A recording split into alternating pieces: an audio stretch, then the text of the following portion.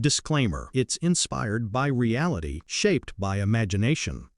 What happens when Clint Eastwood walks onto The View and finds himself face to face with Joy Behar over one of the most explosive questions shaping America's future? Will artificial intelligence create opportunity or wipe out millions of jobs?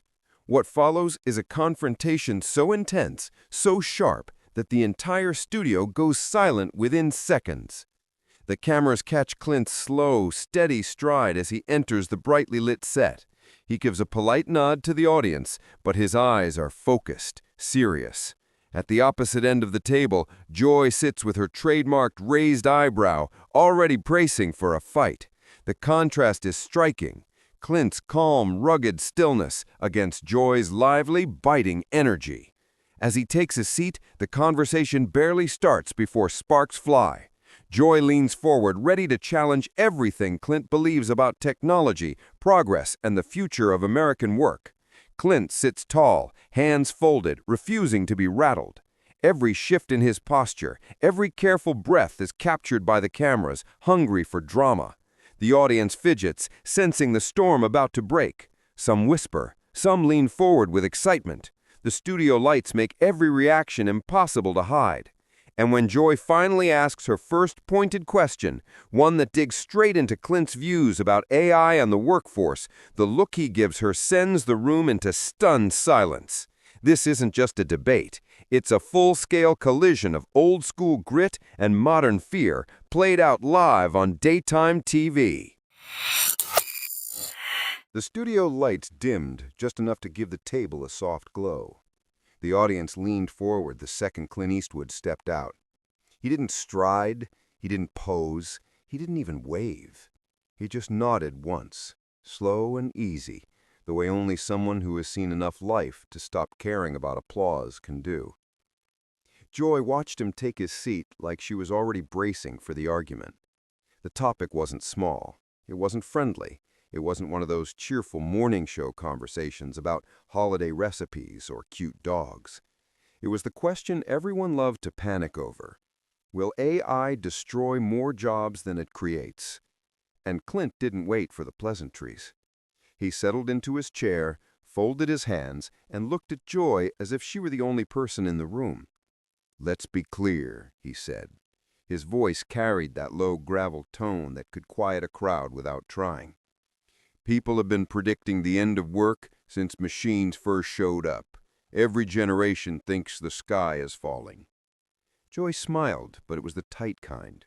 "Well, Clint, the sky might not be falling, but the ground is definitely cracking. We've got folks losing jobs to chatbots and robots in warehouses. And please don't tell me that's just progress." Clint shrugged. "It is progress. Sometimes progress hurts, but it also creates chances. You can't freeze the world in time." Sonny leaned in. "But do you worry about people getting left behind? Even now, some industries are shrinking fast." Clint's eyes softened, but his voice didn't. "Of course I worry. I've lived long enough to see how tough it gets for people when the world changes faster than they can. But the answer isn't to fear the tools. It's to teach people how to use them." Joy opened her hands in disbelief. "Clint, come on. You can't seriously think everyone can adapt. 50-year-olds, 60-year-olds, people who've been doing the same job for decades. You think handing them a coding class fixes that?" The audience murmured. A few nodded, a few shook their heads. Clint didn't flinch. "Not everyone will code, not everyone needs to. But if you treat people like they can't grow, they won't." Joy fired back instantly. "And if you pretend they're superheroes, you end up ignoring reality." The tension thickened. Clint didn't raise his voice. He didn't speed up. He just let his words hit one at a time. "Joy, there's a difference between protecting people and limiting them. We should support people who need help, train them, give them time. But shutting down innovation because it scares us, that's never worked." Joy crossed her arms. "No one's shutting anything down, but if tech companies keep charging ahead without thinking about workers, we're headed for a crisis. I'm sorry, but your optimism feels like a luxury." Clint leaned back slightly. It's not optimism, it's memory. I've seen this before. I grew up watching factories close. Everyone thought it was the end of everything. But people found new work, new paths. This isn't any different. Joy pressed her palms against the table. Except now the machines don't just lift heavy things. They think, they write, they replace jobs that used to be safe. And regular people are terrified. Clint held her stare. Fear is natural, but fear doesn't mean surrender. The air between them felt charged. Clint wasn't yelling, Joy wasn't shouting, but the tone, the rhythm, the way they leaned forward, everyone could feel that the real argument was warming beneath the surface.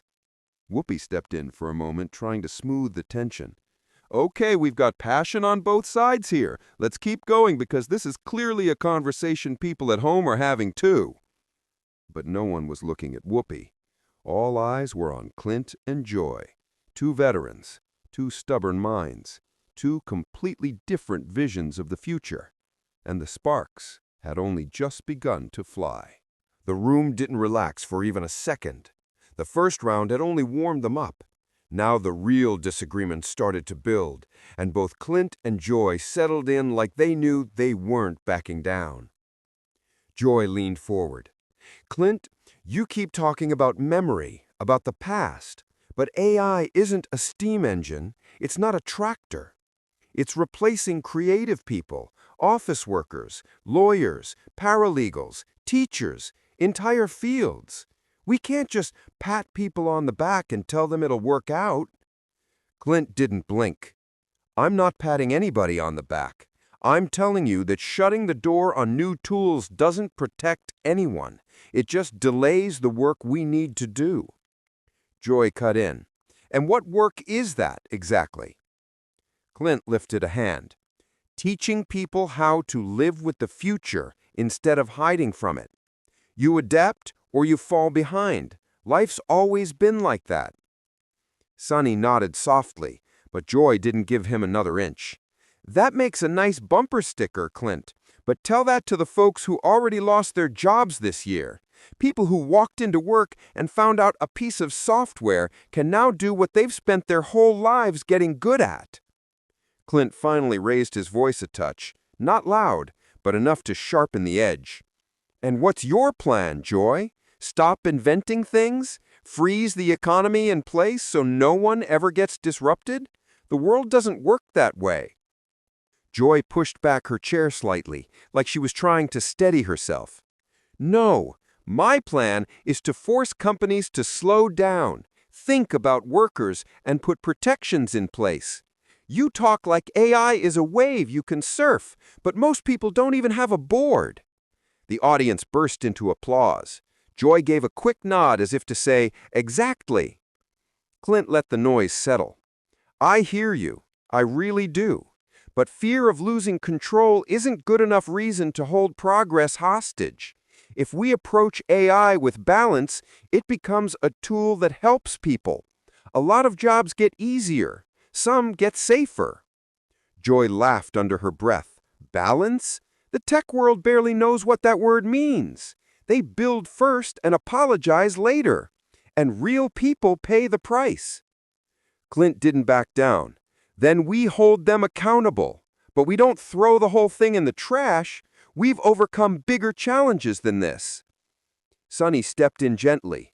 Clint, do you think AI will create more jobs than it destroys over time? He nodded. I do. Not right away, not without bumps, but yes. Joy shook her head, almost exasperated. And that's where we disagree. Because I think the bumps are cliffs.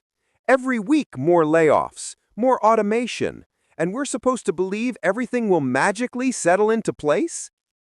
Clint leaned forward again, lowering his voice like he wanted the room to listen even closer. It won't be magic. It'll take planning, training, tough decisions, but we can get there. Joy fired back instantly. That sounds lovely, but the reality is that people who lose their jobs don't magically pivot into tech. You think a truck driver at 55 is suddenly going to become some AI supervisor? Clint nodded. Maybe not, But maybe the jobs that open up won't all look like tech jobs. New industries always appear. They already are. Joy's tone sharpened. And while those new industries appear, what happens to the people already falling behind? You're talking about a future that isn't here yet. I'm talking about the crisis happening right now. Whoopi raised her hand in a gentle attempt to cool things off. Let's take a breath, folks. But Clint kept going. Not angry, just steady. I'm not blind to the pain people feel, but I've lived long enough to know that betting against human adaptability is a losing bet. Joy leaned in, matching him inch for inch. And I've lived long enough to know that pretending everyone can adapt at the same speed is a fantasy. The audience clapped again, louder this time. It wasn't for one side or the other. It was for the energy, the friction, the sense that neither of them would let this slide into a polite, forgettable discussion. Clint locked eyes with Joy. You underestimate people. Joy's voice dropped a level. You overestimate them. Clint's jaw tightened. Maybe you underestimate yourself. That line hit harder than he expected. The room froze. Joy stared at him, stunned for a beat. Not angry, just caught off guard. Then she straightened. Trust me, Clint, I know exactly what people are capable of. That's why I fight for them. Clint nodded once. So do I. We just disagree on how. The tension didn't explode. It simmered. It tightened. It grew roots.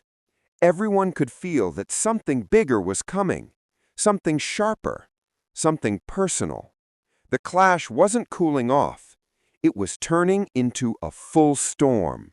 The studio lights seemed to dim, even though they hadn't changed at all. It was the shift in energy, a drop in temperature that wasn't physical but emotional. The audience felt it. The hosts felt it. Joy felt it most of all. And Clint felt it too. He leaned back for the first time since the discussion began, folding his hands. You know, he said, almost softly, this whole conversation reminds me of something I saw back in the 70s. Joy raised a brow. Here we go, story time. But her tone had less bite now because Clint's voice had shifted. It wasn't combative. It was grounded. I was on a set, big production, hundreds of jobs, and one day they brought in this new camera rig that let them film scenes twice as fast. You'd think people would be celebrating. Instead, everyone panicked. They said the new tech meant fewer camera operators, fewer grips, fewer assistants. People thought their world was ending. Joy crossed her arms but didn't interrupt. Clint looked straight at her. And yeah, some jobs changed, some disappeared, but new ones appeared. Specialists who knew how to run the new gear, people who trained others, people who adapted. I watched it in real time, and the ones who struggled the most were the ones who believed change was a threat instead of a chance. Joy raised her nod slowly. That's a good story, Clint, but we're not talking about a camera rig. We're talking about software that can replace a classroom, a newsroom, a scriptwriter, an accountant, entire communities. Clint didn't argue, not yet. Instead, he surprised everyone. That camera operator I worked with, the one who feared the tech the most, was my friend. His voice lowered. He didn't adapt. He didn't want to learn anything new. He said he'd rather walk away from the industry entirely than become obsolete. Joy's expression softened. The audience leaned in. He quit film, took odd jobs, never really found steady work again. Clint's jaw tightened for a moment. I visited him years later. He was angry, not at the tech, at himself, because the world moved on and he didn't ask for help, didn't try anything new. And he admitted something to me that's haunted me ever since. Clint paused long enough that the room seemed to hush itself. He said, I thought doing nothing was safer. But doing nothing was the riskiest choice he ever made. There was a long silence. Clint didn't look triumphant. He looked tired, real. The weight of the story hung in the air. Joy let out a breath. Clint, that's tragic. It really is. But that's exactly why I'm worried. People like your friend, they aren't rare. They're everywhere. Folks who've done the same job for 30 or 40 years. People who don't have time to reinvent themselves in the middle of a crisis. Clint nodded. I know. And then Joy did something she rarely did on air. She opened up too. My dad worked in manufacturing, she tapped her chest lightly. 40 years in the same plant. He used to come home smelling like steel and grease and barely had enough energy to eat dinner. But he loved his job. It gave him pride. Clint listened. And then one day, Joy continued, her voice tightening, machines replaced half the floor. He wasn't laid off, but they cut his hours, cut his pay, cut his sense of worth. He'd sit at the kitchen table at night, staring at his hands like they didn't matter anymore. A soft murmur rippled through the audience. He died before retirement, never got to enjoy the years he worked for. And every time I see another wave of innovation, all I can think about is people like him, people who sacrifice everything only to be told a machine can do it better. She wiped the corner of her eye discreetly. The camera caught it anyway. Clint didn't speak right away. The contrast between them, his story about someone who regretted not adapting and hers about someone who couldn't adapt because the system didn't give him a chance, created a moment heavier than either had expected. Joy leaned forward again, but not with hostility, more like someone trying to make someone else understand. You say people can adapt. I say not everyone can. Not everyone gets the luxury of time or training or support. Some people get steamrolled by progress, while others get crowned by it. Clint's voice turned gravelly. Joy, I'm not blind to pain. I've seen a lot of it. I'm not arguing that we ignore the people at risk. I'm arguing that fear shouldn't decide our future. Joy let out a shaky breath. And I'm arguing that compassion should. The audience applauded again, softer this time, less explosive, more emotional. Clint looked at Joy like he was seeing her differently, not as an opponent, as someone carrying her own scars. Maybe the real problem, Clint said, isn't I. Joy tilted her head. Then what is it? Neglect, he said. We invent the future, but forget to bring people with us. The studio fell quiet again. For the first time since the discussion started, Clint and Joy weren't clashing. They were meeting in the same emotional space. But emotional moments like that can only last for so long. And just beneath the calm, something else was stirring. Something sharper. Something about to break. The quiet in the studio didn't last. Emotional calm can settle over a room, but only for a moment. And in this moment, right when it seemed like Clint and Joy had found common ground, Whoopi tried to move the conversation forward. All right, she said gently, this is real stuff, but let's bring it back. We're talking about whether AI will destroy more jobs than it creates. Before she even finished, Joy straightened. Clint inhaled sharply. The piece broke like thin glass. Joy jumped back in first. And that's the issue, Whoopi. It's the reality that people like my father lived through. People are already getting pushed aside, and the tech companies aren't slowing down.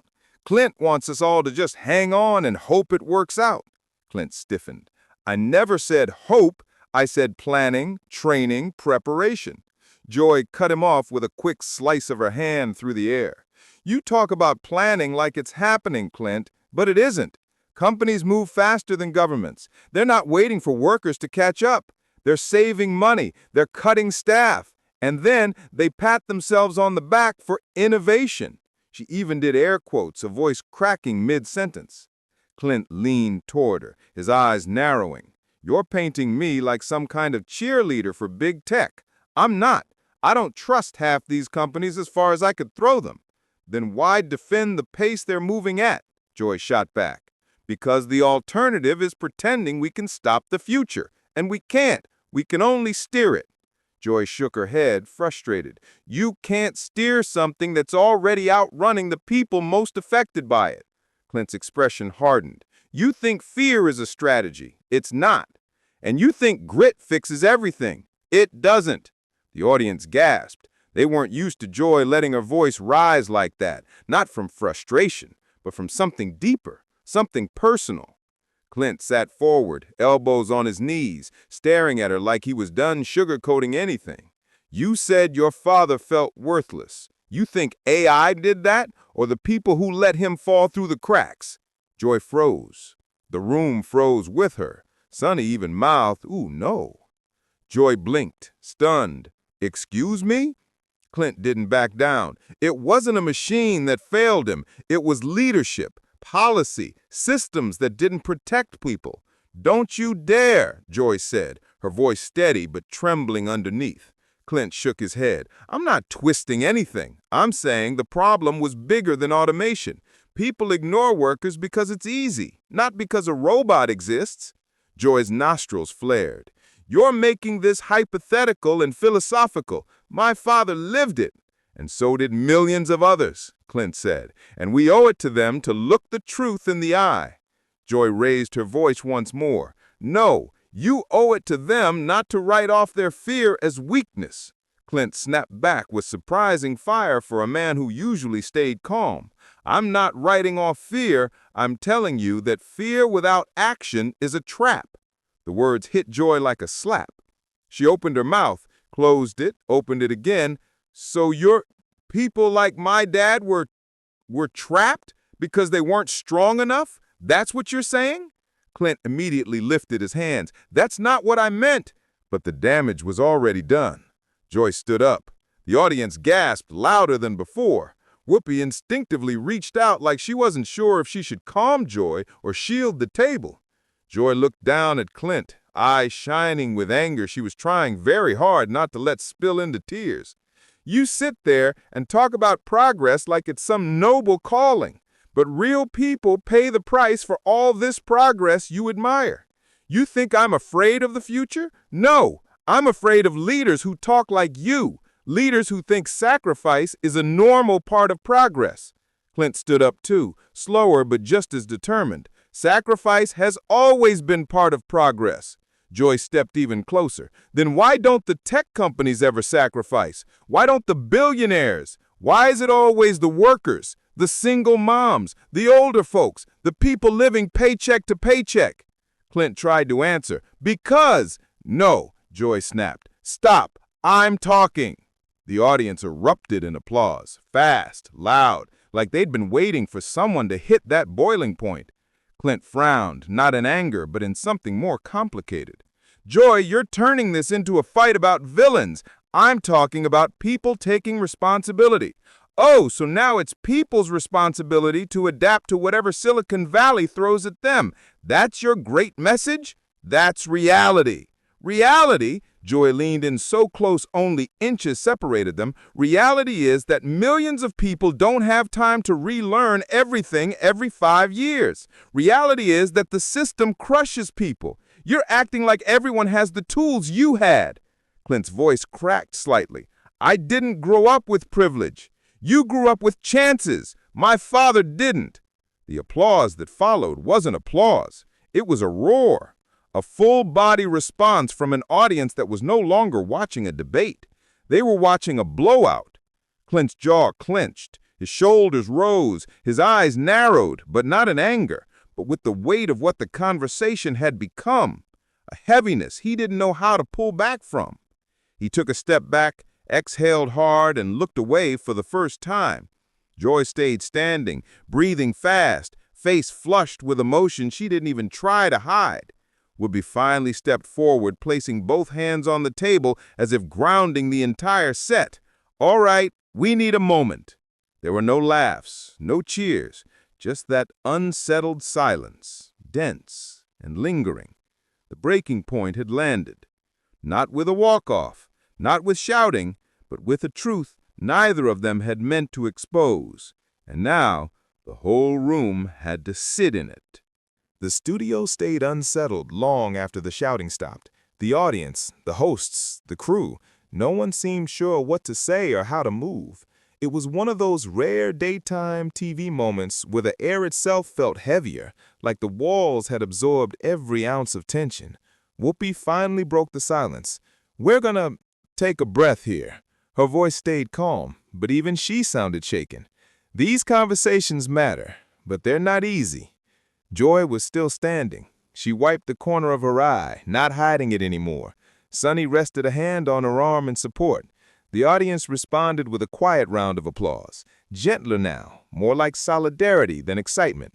Clint stood with his hands on the back of his chair, shoulders slightly dropped. The fire he'd walked in with dimmed into something more reflective. He looked at Joy, really looked, with all the fight drained out of him, and something like regret in its place. Joy, I didn't mean to make it sound like your father's story wasn't real. I'm sorry if it came out that way. Joy nodded once. Not forgiveness, not anger, just acknowledgement. She lowered herself back into a seat, breathing slower now. I know you weren't trying to hurt me, but there are things I carry that I can't leave at the door when we talk about topics like this. Clint sat down too. I get that. His voice had softened, scratched around the edges. And you're right about something. The people who get hit hardest by change are the ones who deserve the most support. I shouldn't have sounded like they're on their own. That softened the room a little. Not fully, but enough. Whoopi added, the world's changing fast. AI, jobs, the economy. It affects every family in some way. Conversations like this, they remind us what's at stake. The camera panned across the studio. Some audience members nodded. Others looked emotional. A few held their hands over their mouths like they were still processing what they'd seen. Sonny jumped in next. If anything, this shows why we need more honesty in these discussions, even when it gets uncomfortable. Joy managed a small smile, especially then. Clint gave a slow nod, as if agreeing without needing to add anything. As the segment wrapped up, Joy straightened in her chair, still visibly shaken, but grounded again. Look, Clint and I don't agree on everything, but we both care about what happens to people. That's the part that matters. Clint gave her a respectful nod. That's true. The audience applauded, not loudly, not wildly, but in a warm, steady wave. The kind of applause that said, that was raw, and we felt all of it. Whoopi looked into the camera for the final line. We'll be right back, folks. The lad over the camera went dark, but the moment stayed alive, echoing through the audience, sparking debates online within minutes, and setting social media on fire with clips of Joy standing, Clint pushing back, and the two of them opening up more than anyone expected. It was messy, honest, human. Exactly the kind of moment that would replay for days across feeds and comment sections. If you enjoyed this, subscribe for more dramatic celebrity showdowns.